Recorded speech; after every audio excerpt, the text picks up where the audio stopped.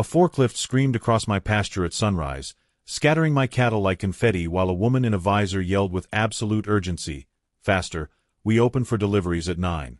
Beyond her, a brand-new metal warehouse, tinny and gleaming and absolutely not mine, squatted on my ranch like a spaceship that landed without permits. The building had to be 40 feet wide and twice as long, with rolling bay doors and a concrete pad that had destroyed a good section of native grass. I stood there in my work boots, coffee mug still warm in my hand, wondering if I was having some kind of fever dream. But no, the warehouse was real. The forklift was real. And the woman shouting orders on my property was very, very real. My name is Grant Ellison, quiet owner of a 40-acre spread at the edge of Sagebrush Crossing, where the HOA loves power the way teenagers love Wi-Fi. I fix fences, drink coffee, and keep to myself. That's the life I chose when I bought this ranch 15 years ago, paid in full, no drama. Enter Priscilla Hartman, HOA president, serial clipboard wielder, always dressed like a golf course achieved sentience. Pastel cardigans, pleated khakis, and a smile that could freeze water. About a month before the forklift incident, she'd shown up at my gate with that smile people wear when they're about to ask for something ridiculous. She said the HOA needed a community storage solution. I said, on your own land. She smiled wider and said, we're all one community, Grant. I told her my ranch isn't part of the HOA, never has been, never will be. She nodded like she was humoring a child and left. 2 weeks later, steel beams rose on my side of the fence like a bad magic trick. I called her. She didn't answer. I drove to her house. She wasn't home. Then one morning, there it was, a full warehouse with a loading dock, and Priscilla treating my land like it was hers all along. That's when the paperwork blitzkrieg began. Priscilla started sliding friendly notices under my gate. Fines for non-compliant prairie grass. Fines for anti-aesthetic barn color. And my personal favorite, a fine for ungreetable livestock. Apparently, my cattle weren't being neighborly enough. When I pointed out again that my ranch isn't under HOA jurisdiction, she tilted her head and said with the sweetest venom, "You're rejecting neighborhood harmony, Grant. That's very sad." Then she hired a security guard named Dale who parked a golf cart in my alfalfa field and spent his shifts glaring at me like I was the trespasser. They cut a road straight across my field for delivery access.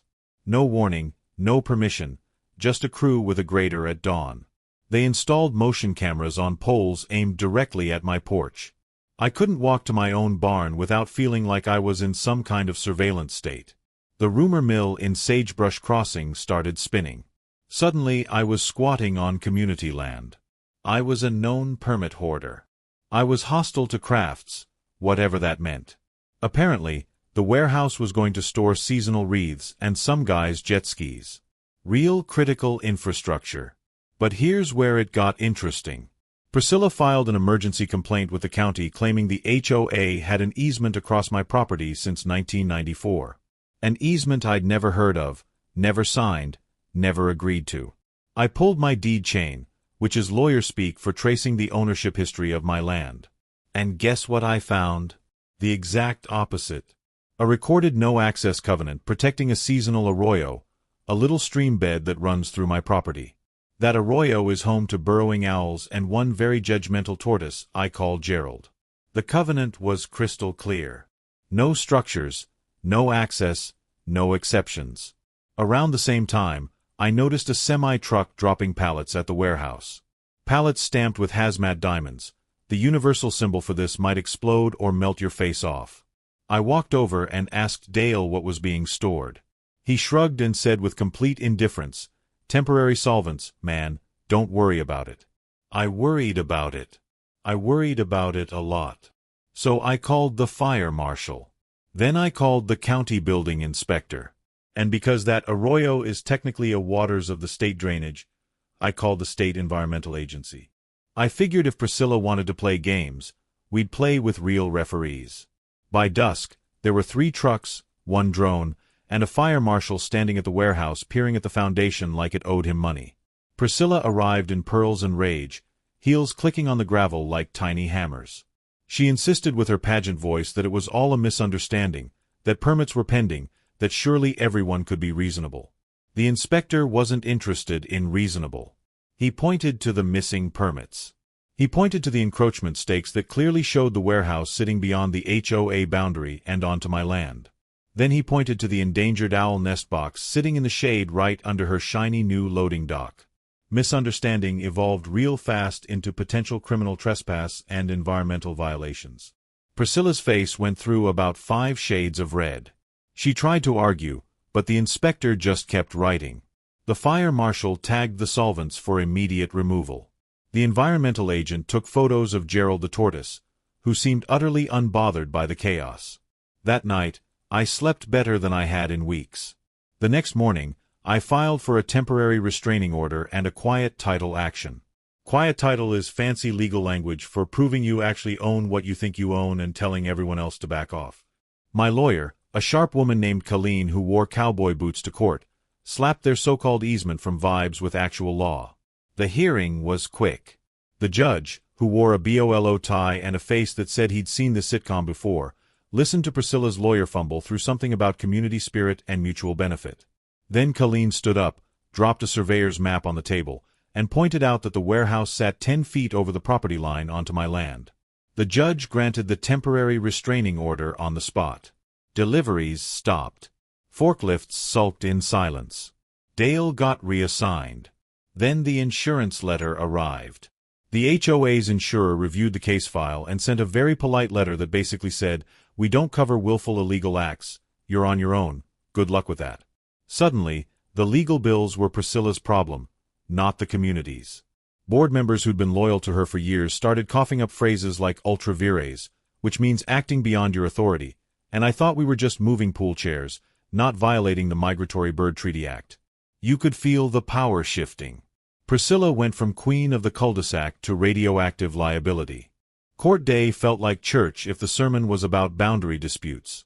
The courtroom smelled like old wood and nervous lawyers. I sat at the plaintiff's table watching Priscilla fidget with her pearl necklace, her usual confidence visibly cracking.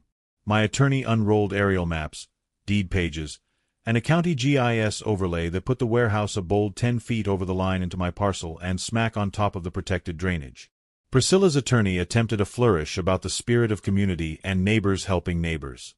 The judge cut him off and said with perfect deadpan delivery, "The community's spirit doesn't pour concrete." The courtroom went silent. You could hear someone's watch ticking. Then came the ruling. Permanent injunction. The warehouse had to be demolished within 30 days. Full restoration of the arroyo and surrounding land. Compensatory damages for trespass, use of my land, and emotional distress. And here's the kicker, personal liability for Priscilla Hartman and the 2 board members who signed the emergency build memo.